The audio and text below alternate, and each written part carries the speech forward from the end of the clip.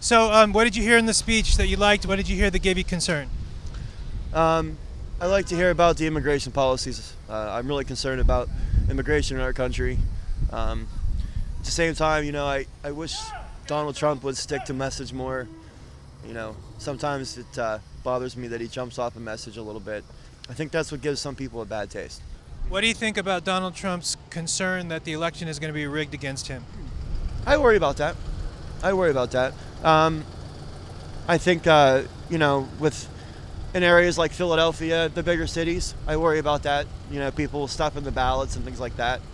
But I don't think he's going to have to worry about it because I think there's going to be a big enough turnout of voters on November 8th that are going to propel him to the presidency. But another thing too, I think it turns some people off. I think when people hear that, it concerns them, and they're not going to want to get out to vote because they're going to think, if it's rigged, well, why would I go out and vote for him? So I think he needs to tone it down, stick with the with the basics, stick on policy, kind of get away from the conspiracy theories a little bit. Because when he's on point and he's talking about things that matter to the American people, he's magnificent. So, Why do you think it would be more likely that Philadelphia would have ballot stuffing than Johnstown? just a bigger city. And in my own opinion, I don't know if this is a fact or not, but in my own opinion, the bigger cities, they have more Democrats typically in the bigger cities, I think. I've heard that they've done things like taking large buses of African American and Latino voters from different polling stations, and they would vote, and then they would move on to another voting station, and they would all get out of the bus and vote. I've heard stories like that. I don't know if they're true or not, but that's what concerns me really. Don't you think there'd be some evidence if that were true?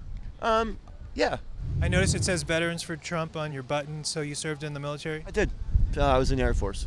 Thank you for your service. Oh, I appreciate it. Thank you. So, were we enlisted or officer? Enlisted. So the officers who would kind of, provide leadership, give you guys pep talks and give you guys orders, did they very often say, look, things aren't going to go well, it's rigged against us? Did they talk in this way?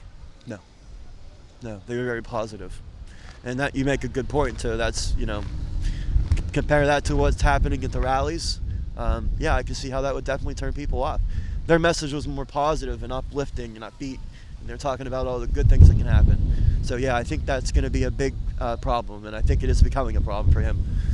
What if, a military officer were to have somebody criticize them, or maybe they're having a problem in their personal life? Did they let that affect the way they comported themselves in their jobs?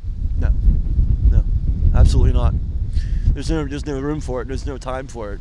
When it comes down to it, you have to be on point, and you have to stay. You have to be strong with your leadership, and you can't let small things affect you. So, can you guess where I'm going with this? Absolutely, and I agree. Donald Trump is not a polished politician.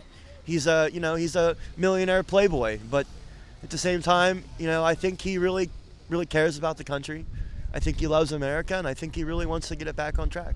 So you don't think that he would be chosen for officer candidate school, but I think he would make an amazing president. okay, so then this is the thing. You got to convince Americans why, right? Because you're saying, okay, he has these flaws that would disqualify him for a leadership position in the military, and yet we want him to be commander-in-chief. So why is it? Nobody's perfect, and I think people relate to that. Everybody's had problems and issues and things that's happened in their lives that they're not happy about or proud about. And I think people relate to that a lot with Donald Trump. I think Hillary Clinton gives off this impression that she's, polished and perfect, and everything is, direct and on point and on message, and it's almost cookie cutter kind of talk and rhetoric. And I think people relate more to that kind of normal, everyday kind of demeanor that Donald Trump does such a good job of relating with the American people with.